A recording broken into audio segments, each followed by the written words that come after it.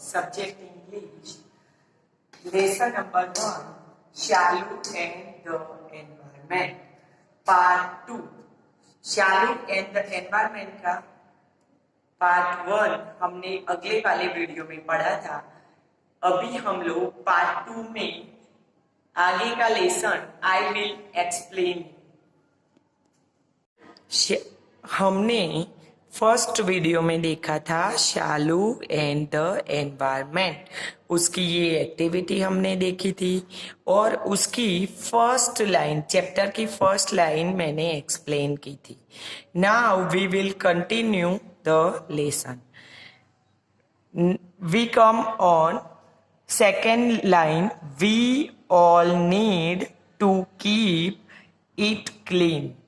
तो हमको हमारे आजू बाजू में जो होता है, हमारे नज़दीक में कुछ भी जो भी है, तो हमको उसको क्लीन रखना चाहिए। हमको खुद को भी, अपने आप को क्लीन रखना चाहिए। At night Shalu goes off to sleep thinking about how to keep the environment clean.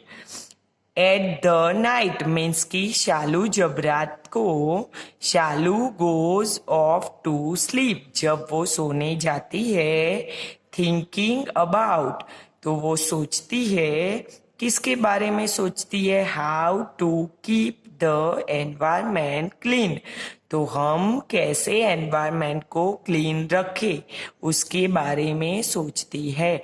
यहाँ पे आपको मैंने दिखाया था अगले वीडियो में कि शालू का ये बेडरूम है, वहाँ पे वो बेड पे बैठ के सोच रही है। ये क्लाउड में दिखा रहा है कि कीप द एनवायरमेंट क्लीन, यानी कि वो सोच रही है how to keep the environment clean. अच्छा बच्चों, तो आगे हम लोग देखते हैं, when Shalu gets up in the morning, तो शालू जब सुबह में जल्दी से उठती है, she looks under her bed, वो अपने बेड के नीचे देखती है। यहाँ पे ये साइड में जो पिक्चर दिया है उसमें देखो, आपको दिख रहा है कि ये शालू है, वो सुबह में उठ के अपने बेड के नीचे देख रही है। It is dusty under their, तो वो देखती है कि बेड के नीचे बहुत डस्ट है, बहुत डस्टी लग रहा है उसको। But where is the environment, वो सोच रही है पर एनवायरमेंट कहाँ है। Now turn the page everybody. Shalu goes to the window and opens it, तो शालू जाती है अपने विंडो के पास और उसको खोलती है। यहाँ पे देखो बच्चों, पिक्चर में आपको दिखाया है कि शालू विंडो में से बाहर देख रही है। She smells something in the air like smoke, वो अपनी विंडो में से बाहर देखती है तो वो स्मेल करती है, तो स्मेल करते वक्त उसको लगता है कि स्मोक जैसा लग रहा है।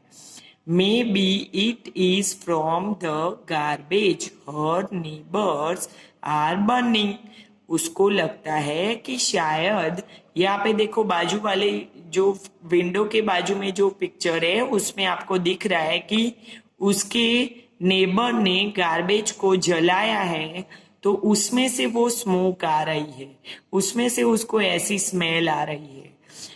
इट डिडंट स्मेल गुड, वो स्मेल अच्छी नहीं है। But if she is going to find the environment she had better hurry up, अगर वो एनवायरमेंट को अच्छा बनाने के लिए कुछ ना कुछ वो कर सकती है, वो कुछ भी करके उसको अच्छा बना सकती है, ज्यादा अच्छा बना सकते हैं। तो हम लोग एनवायरमेंट को कैसे ज्यादा अच्छा बना सकते हैं? ये जो उसके नेबर ने ये स्मोक कुछ जलाया है, गार्बेज, तो गार्बेज को हमको जलाना नहीं है।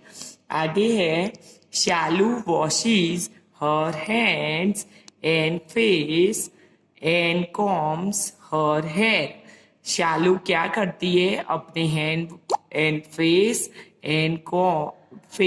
हैंड को वॉश करती है और फेस को वॉश करती है एंड हेयर को कॉम्ब करती है। एंड फिर आगे वो शी ब्रशिज हर टीथ, वो पहले ब्रश करती है and washes the water rush from the tap, वो क्या करती है, एक जो टैप होता है उसमें से एक नल जो होता है पानी का, उसमें से पानी चला जाता हुआ वो देखती है, rush from the tap and go down the drain, और वो नल में से पानी कहाँ जाता है, ड्रेन में जाता है। कहाँ पे जाता है, ड्रेन में। Where does it all come from, वो सोचती है कि ये इतना सारा पानी ये कहाँ से आता होगा। After breakfast she goes outside to look for the environment, वो ब्रेकफास्ट यानी कि नाश्ता करने के बाद वो अपने घर से बाहर जाती है, आउटसाइड यानी कि बाहर जाती है, लुक फॉर द एनवायरमेंट यानी कि एनवायरमेंट को देखने के लिए। There she meets Titu a squirrel, वहां पे वो एक स्क्विरल को मिलती है। ये है स्क्विरल, यहाँ पे देखो बच्चों, यहाँ पे एक स्क्विरल दिख रही है तो उसका नेम है टीटू, वो उसको मिलती है। अच्छा बच्चों, तो हमने आज शालू एंड द एनवायरमेंट वाले लेसन में आगे क्या सीखा कि हमको हर रोज उठ के हमारा जो बिस्तर, हमारा बेड जो होता है, चादर जो होती है, वो हमको सही करना चाहिए और मम्मी को थोड़ी सी हेल्प भी करानी चाहिए। तो वो लेसन मैंने एक्सप्लेन किया है, तो उसमें से मैंने 3 हार्ड वर्ड निकाले हैं। तो यहाँ पे मैंने आपको अगले वाले पार्ट में भी मैंने 3 हार्ड वर्ड और 3 वर्ड मीनिंग दिए थे, तो आपको आज भी मैंने ये 3 हार्ड वर्ड और ये 3 वर्ड मीनिंग दिए हैं। तो आपको ये 3 हार्ड वर्ड पूरी लाइन लिखनी है 1 हार्ड वर्ड की, और जैसे हम लोग फर्स्ट में लिख रहे थे वैसे लिखना है, और वर्ड मीनिंग आपको फर्स्ट 1 टाइम लिखना है। तो यहाँ पे फर्स्ट हार्ड वर्ड है नेबर्स, कौन सा है, नेबर्स। यहाँ पे सेकेंड हार्ड वर्ड मैंने दिया है बर्निंग, बर्निंग। थर्ड नंबर है गार्बेज, कौन सा हार्ड वर्ड है, गार्बेज। अच्छा, तो आपको भी जैसे मैंने 2 टाइम्स बोले वैसे आप जब अपनी नोटबुक में लिखो तो आपको भी ये हार्ड वर्ड लिखते जाओ और बोलते जाओ, आपको लिखना भी है और साथ में बोलना भी है। यहाँ पे हम लोग उसके वर्ड मीनिंग देखेंगे। उसमें सबसे फर्स्ट मैंने हार्ड वर्ड में लिखा है नेबर्स, तो नेबर्स का मीनिंग है specially one forming a community within a town or city, मतलब कि हमारे घर के अड़ोस पड़ोस में जो लोग रहते हैं, हम जो सिटी में रहते हैं, टाउन में रहते हैं, तो हमारे अड़ोस पड़ोस में जो भी लोग रहते हैं उनको हम लोग बोलते हैं नेबर्स। उनको हम लोग क्या बोलते हैं, नेबर्स बोलते हैं। नाउ सेकेंड नंबर में है बर्निंग, बर्निंग का मीनिंग है एनीथिंग कैचेस फायर या फिर ऑन फायर। बर्निंग का मीनिंग है कि जैसे लेसन में हमने देखा कि शालू के नेबर ने जो गार्बेज जलाया था, तो वो जलाया मतलब कि फायर में जलाया था। तो बर्निंग का मतलब होता है कुछ भी फायर के नजदीक ले जाने से वो जलता है, तो उसको कहते हैं बर्निंग। थर्ड नंबर, और ये बहुत डेंजरस है, इसके ये हमको छोटे बच्चों को इसके पास कभी जाना चाहिए नहीं और कुछ भी जलाना चाहिए नहीं। हमको इससे बहुत, ये हमारे हेल्थ के लिए बहुत डेंजरस है। थर्ड नंबर है हमारा गार्बेज। गार्बेज का मीनिंग है वेस्टेज और स्पॉइल्ड मटेरियल। उसका मीनिंग है वेस्टेज और स्पॉइल मटेरियल।